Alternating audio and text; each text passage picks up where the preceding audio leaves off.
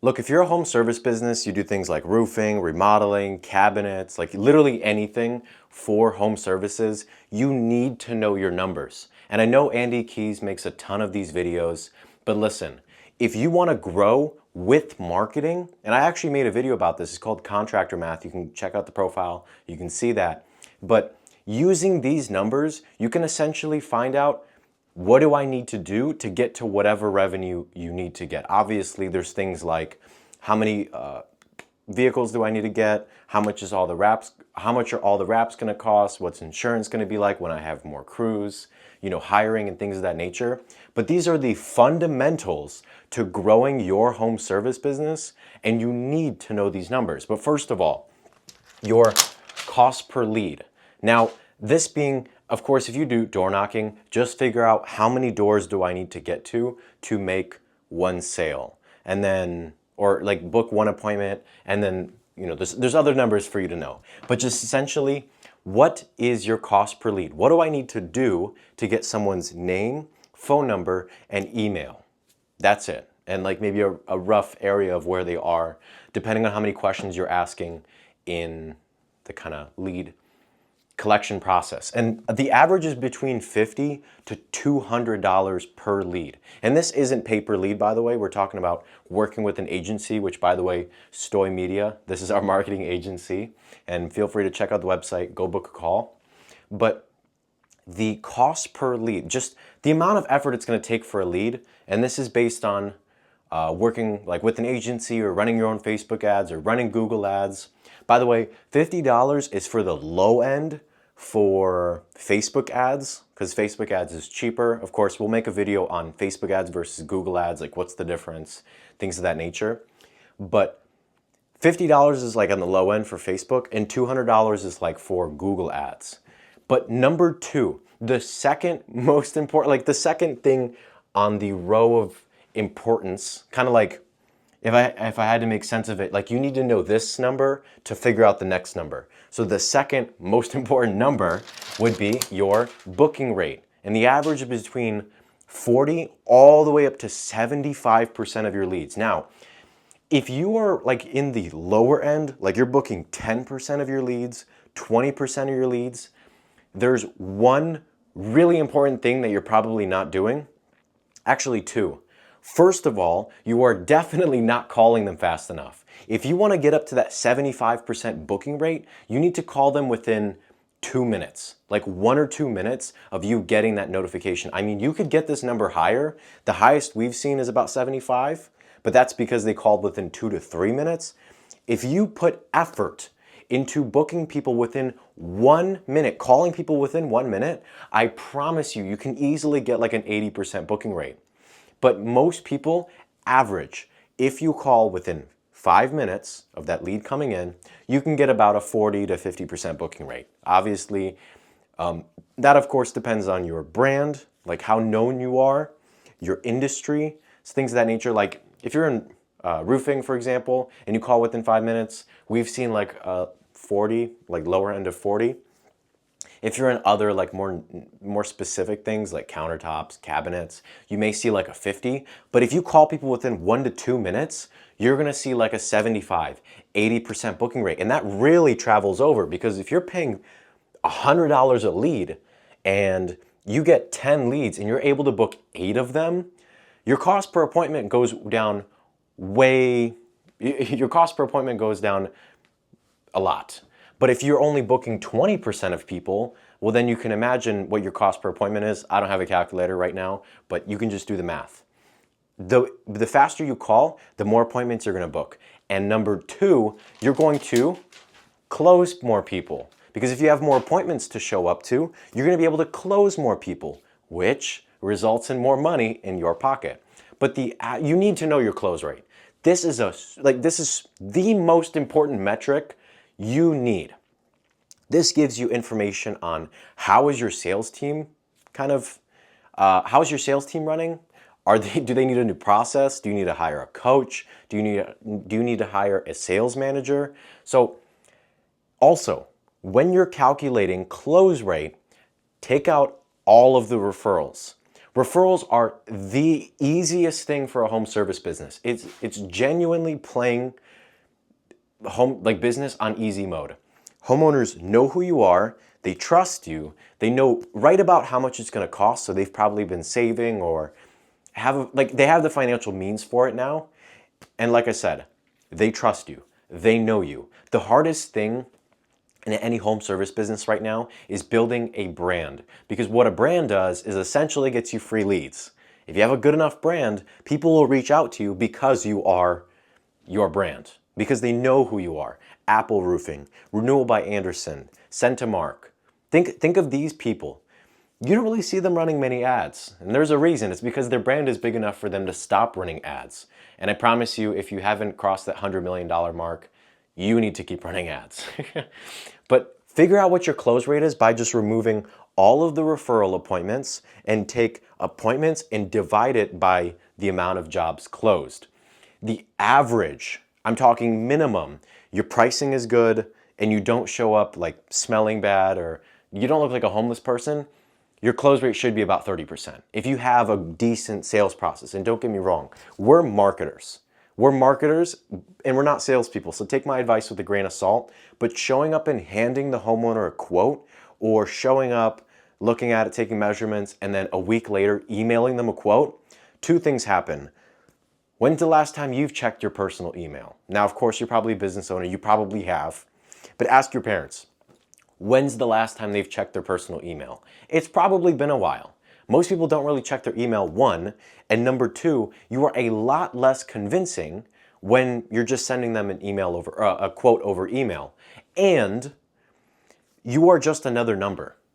I think someone needs to hear this. If you just show up and hand them a quote, your close rate won't be 30%. It'll probably be like 10, like 5 or 2, like really bad numbers. And it's probably because you're just showing up and handing them a quote or emailing them a quote a day later or whatever later. You are just a number to them. They don't understand why you're better, why you're more expensive. And if you're not literally the cheapest person, they will not work with you because they don't understand why you are more expensive. If you want to, and of course, like I said, we're marketers, not salespeople. But the least you could do is explain to them why you are more expensive, why you are better, why your material, your shingle, your cabinet is better than most people's, why they should work with you. Just explain that. Sorry about that tangent. Of course, if you know how to sell, reach out to Stoy Media, or if the website isn't working, there's going to be a phone number in the description. Just shoot us a text or a call and we will get back in contact with you as soon as possible. But your average close rate, literally across every single business, should be about 30%. And then the second, or the fourth thing that you should know is your average ticket. And by the way, if you go back to that old video called Contractor Math, this is going to be required for you to find out, to get to this revenue, what do I need to do? How much do I need to spend? It just tells you exactly, like, here's the whole math equation. And by the way, you're going to require 10, 20, 30 minutes to do this, but this could make or break your business. There's a reason 50% of small businesses go out of business within 5 years. And to figure out your average ticket, now this isn't some ticket like to a festival. This means, what's the average job price? It's just a better way of saying, what's the average project size, for sake of space? What's your average ticket? As in, what's the average quote you hand people? And also, instead of just saying quote, do average jobs closed. So just get all of your jobs for that month or that year and just add them all up and divide it by however many jobs you did. And that will be your average ticket. Now, if you're searching more for, like if you're a roofing company and you did Christmas lights over winter, just like don't count the Christmas lights. Just do the average ticket of what you actually do. So if you're a cabinet company, cabinets. You remodel bathrooms, kitchens, like homes, like just find out the average ticket for that. Find out the average ticket for a bathroom remodel, for a kitchen remodel, for a home remodel, for a new construction, whatever you do. Figure out what's the average price we're working for.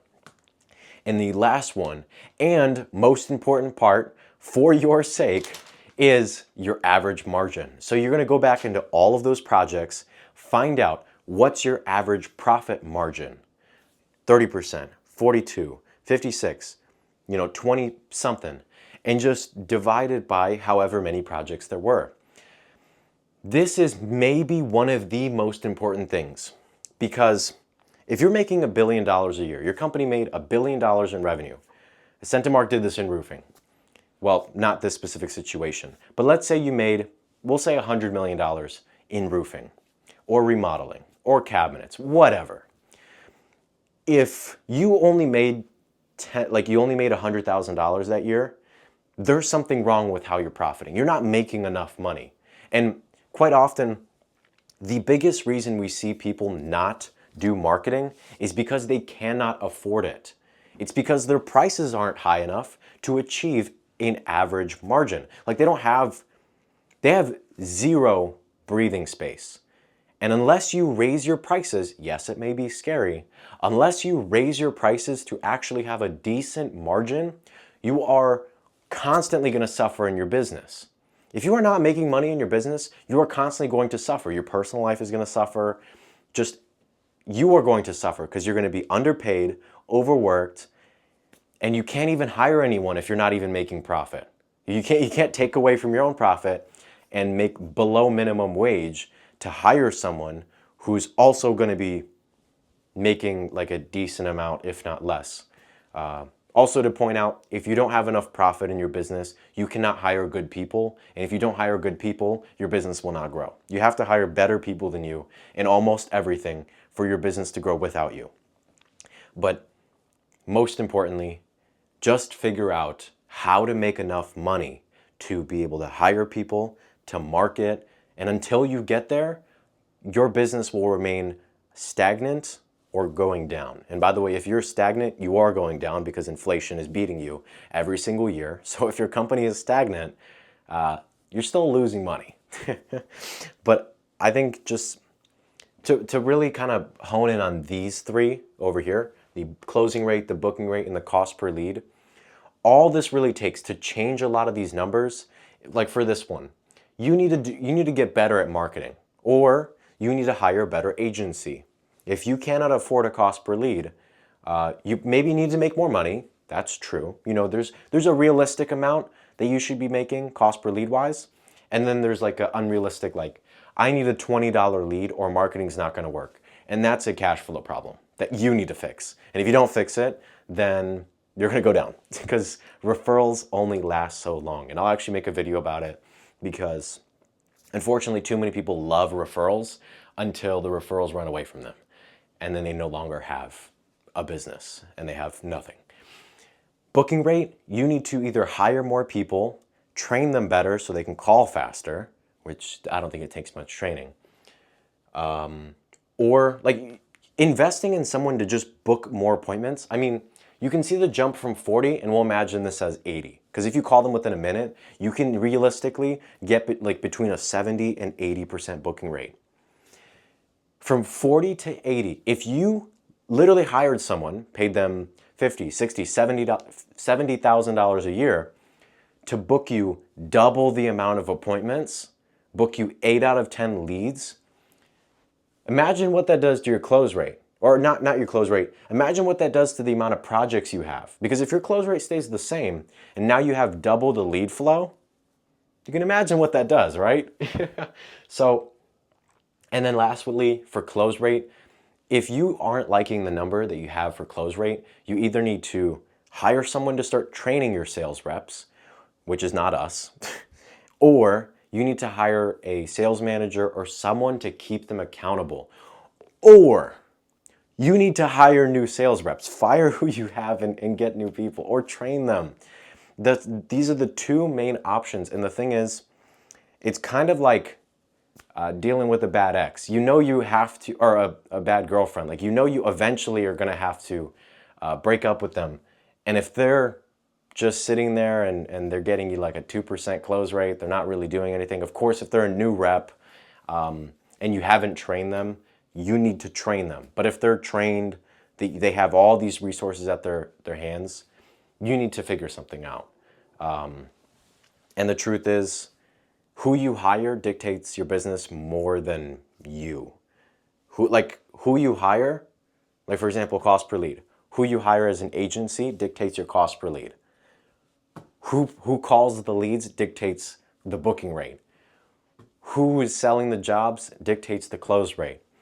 And then obviously average ticket and average margin is up to you. But essentially the whole start of the funnel is based on other people.